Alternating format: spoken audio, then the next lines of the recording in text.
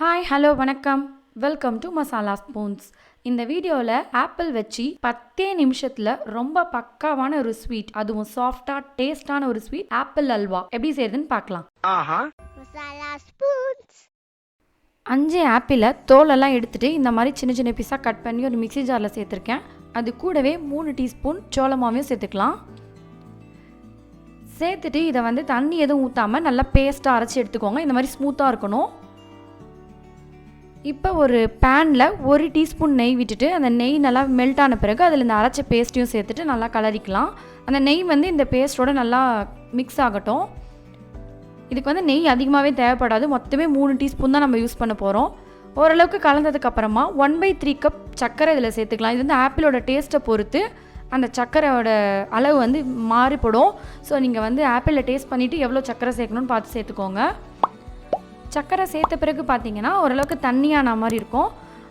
But கலரிட்டே இருங்க, ஒன்றும் பிரச்சனை இல்லை. இப்போ இது கூட 1 டீஸ்பூன் நெய் சேர்த்துட்டு இந்த நெய்யை மறுபடியும் அந்த அல்வாவோட நல்லா மிக்ஸ் பண்ணி விட்டுக்கலாம். நீங்கள் கூடவே நின்று மிக்ஸ் பண்ணிட்டே இருந்தீங்கன்னா ஒரு 8லேருந்து 10 நிமிஷத்துக்குள்ளே இந்த அல்வா ரெடி ஆயிரும். இப்போ பாருங்கள், அந்த நெய் இந்த அல்வாக்குள்ளே நல்லா மிக்ஸ் ஆகுது.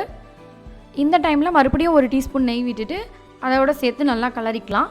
நீங்கள் மேக்ஸிமம் ஹை ஃப்ளேமில் கூட வச்சுக்கலாம். மீடியம் டு ஹை ஃப்ளேமில் வச்சுட்டு கலரிட்டே இருந்தீங்கன்னா அல்வா சீக்கிரமாக ரெடி ஆகிடும். இதில் இப்போ பாருங்கள், அந்த கரண்டியோடவே சேர்ந்து வருது, அது எதுவும் ஒட்டலை. இப்போ இதில் சின்ன சின்னதாக கட் பண்ண முந்திரி இல்லை பாதாம் எது வேணாலும் சேர்த்துக்கலாம். நான் முந்திரி மட்டும் சேர்த்துக்கிறேன். சேர்த்துட்டு நல்லா கலந்து விட்டுடுங்க. இப்போ பார்த்தீங்கன்னா அந்த ஓரத்தெல்லாம் பார்த்தீங்கன்னா நம்ம சேர்த்த நெய் லைட்டாக பிரிஞ்சு ஓரம்லாம் வந்திருக்கும். இதுதான் ஒரு பர்ஃபெக்டான கன்சிஸ்டன்சி. இப்போ நீங்கள் ஸ்டவ் ஆஃப் பண்ணிடலாம். ஸ்டவ் ஆஃப் பண்ணிவிட்டு ஒரு நெய் தடவைன பாத்திரத்தில் இதை மாற்றிக்கோங்க. மாற்றிட்டு மேலே நல்லா ஈவனாக பண்ணி விட்டுருங்க.